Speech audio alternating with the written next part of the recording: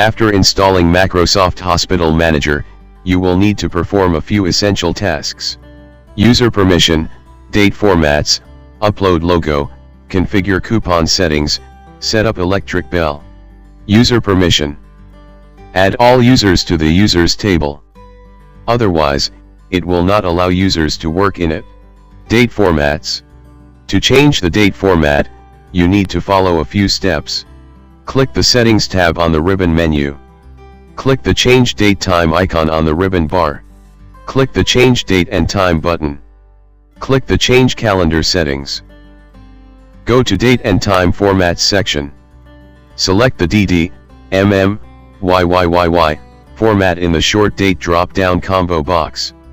Select the DD, MMMM, YYYY format in the Long Date drop-down combo box. Click the Apply button. Click the OK button.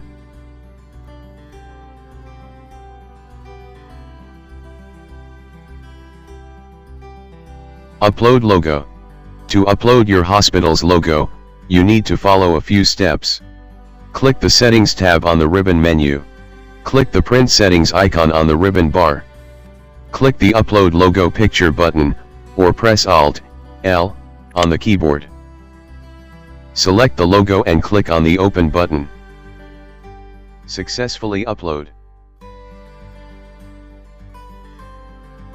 Now, click the Close button to close the window. Configure coupon settings.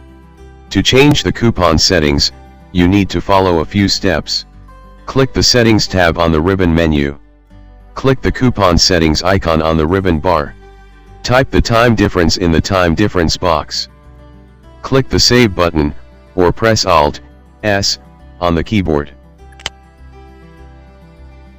Set up electric bell. To set up electric bell, you need to follow a few steps.